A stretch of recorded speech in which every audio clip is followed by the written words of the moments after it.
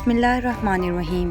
لوح محفوظ ایک ایسی کتاب ہے جس میں کون کب مرے گا، کون سے حالات سے گزرے گا، کس کی موت کس حال میں آئے گی اور کیا حشر ہوگا، تمام راز موجود ہیں۔ یہ کہاں موجود ہے، اسے کیسے بنایا گیا اور کون سے راز اس کے اندر موجود ہیں، آج ہم ان سب کا ذکر کریں گے۔ اور اللہ تعالیٰ جب ارادہ کرتے ہیں کسی کام کا تو اس کو کس طرح سے سر انجام دیا جاتا ہے اور کس فرشتے کی ڈیوٹی ہے، قرآن و حدیث کی روشنی میں آج ہم آپ کو یہی بتلائیں گے۔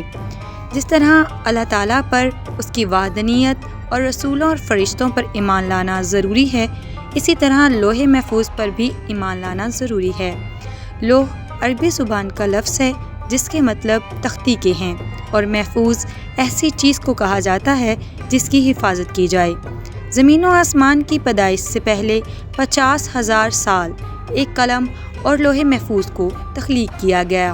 قلم کو اللہ تعالیٰ نے حکم دیا کہ لکھ۔ قلم نے پوچھا کہ اے رب تعالیٰ میں کیا لکھوں؟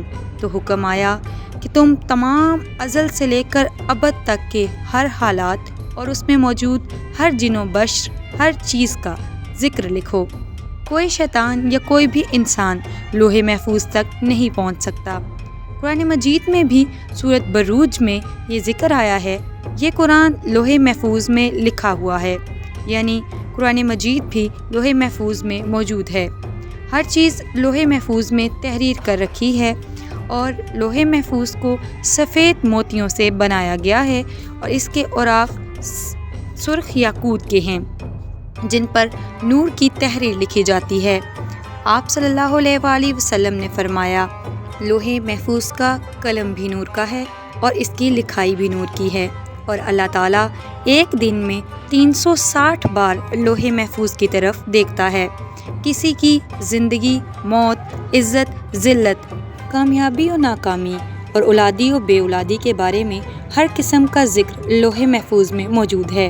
لوح محفوظ کی لمبائی زمین و آسمان کی لمبائی کے برابر، جبکہ اس کی چوڑائی مشرق سے مغرب تک واقع ہے، اور یہ عرش کے دائیں جانب اس کی اصل موجود ہے، اور عرش کے دائیں جانب یہ لٹکی ہوئی ہے جس کی اصل فرشتے کی گود میں ہے، اور حضرت اسرافیل علیہ السلام کو اس کی ڈیوٹی دی گئی ہے، اور ٹائٹل کے طور پر اس کے اوپر یہ الفاظ موجود ہیں، اللہ تعالیٰ کے سوا کوئی عبادت کے لائق نہیں، اور حضرت محمد صلی اللہ علیہ وآلہ وسلم اللہ تعالیٰ کے رسول ہیں، اور جو بھی انسان اللہ، اس کے نبیوں اور اس کی کتابوں پر ایمان لائے گا، اللہ تعالیٰ اسے جنت میں داخل فرمائے گا۔ جیسے ہی اللہ تعالیٰ کسی کام کا ارادہ کرتے ہیں تو حضرت اسرافیل علیہ السلام، جو کہ عرش کے نیچے اس کتاب کے قریب سر جھکائے کھڑے ہوتے ہیں اور اللہ کی عظمت کی وجہ سے اپنی نگاہیں نہیں اٹھاتے، جیسے ہی اللہ اس کتاب میں وہ چیز لکھتے ہیں جس کا ارادہ اللہ رب العزت نے کیا ہوتا ہے، تو یہ کتاب حضرت اسرافیل علیہ السلام کے ماتھے کے ساتھ جا کے اس کی اصل ٹکراتی ہے، اور حضرت اسرافیل علیہ السلام اس کو پڑھ لیتے ہیں۔ اگر تو وہ حکم زمین سے متعلق ہو تو حضرت اسرافیل علیہ السلام حضرت جبرائیل علیہ السلام کو وہ کام سونپ دیتے ہیں، لیکن اگر وہ حکم آسمانوں اور آسمانوں میں موجود مخلوقات کے بارے میں ہو تو حضرت میکائیل علیہ السلام کو یہ سونپ دیا جاتا ہے۔ قیامت کے دن سب سے پہلا حساب لوح محفوظ سے لیا جائے گا۔ اللہ تعالیٰ اپنے دربار میں لوح محفوظ کو بلائیں گے، اور لوح محفوظ اپنے کانپتے ہوئے جوڑوں کے ساتھ اللہ تعالیٰ کے سامنے حاضر ہوگی۔ اللہ تعالیٰ لوح محفوظ سے پوچھیں گے کہ کیا تو نے میرے تمام احکامات کو جو میں نے تجھ میں تحریر کیے تھے وہ میرے لوگوں تک پہنچائے تھے؟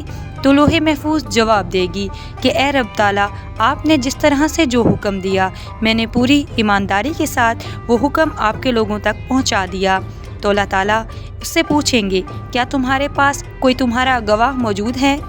تو لوح محفوظ حضرت اسرافیل علیہ السلام کو اپنے گواہ کے طور پر بلائے گی۔ جیسے ہی حضرت اسرافیل علیہ السلام حاضر ہوں گے تو ان کے بھی جوڑ کانپ رہے ہوں گے۔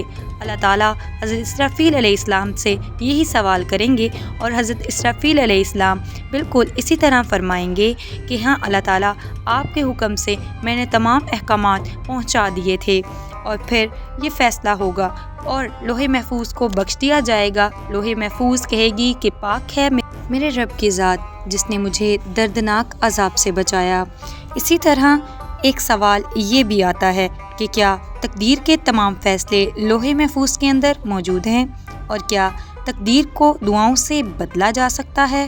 جی ہاں، تو اس کا جواب یہ ہے کہ اللہ رب العزت نے 3 قسم کی تقدیریں بنائی ہیں۔ ایک تقدیر وہ ہوتی ہے کہ جو عام لوگوں کی دعا سے بدلی جا سکتی ہے اور اس میں رد و بدل ممکن ہے۔ دوسری تقدیر وہ ہے کہ جو اللہ تعالیٰ اپنے انبیاء، اپنے اولیاء اور نیک اور پسندیدہ لوگوں کی دعاؤں سے تبدیل فرما دیتے ہیں۔ مگر تیسری تقدیر وہ ہے جو کہ اٹل ہے اور وہ لوح محفوظ کے اندر موجود ہے، اسے بدلا نہیں جا سکتا۔ اگر کسی نبی یا پیغمبر نے بھی اس کے تبدیلی کے لیے دعا کی تو اللہ تعالیٰ نے انہیں منع فرما دیا۔ تو اسی طرح رب العزت سے دعا ہے کہ اللہ رب العزت ہم سب کے تمام معاملات کو بآسانی حل فرمائے اور ہم سب کو راہ ہدایت پہ چلنے کی توفیق عطا فرمائے۔ آپ سب سے گزارش ہے کہ ہماری ویڈیو کو لائک ضرور کر دیجیے۔ شکریہ۔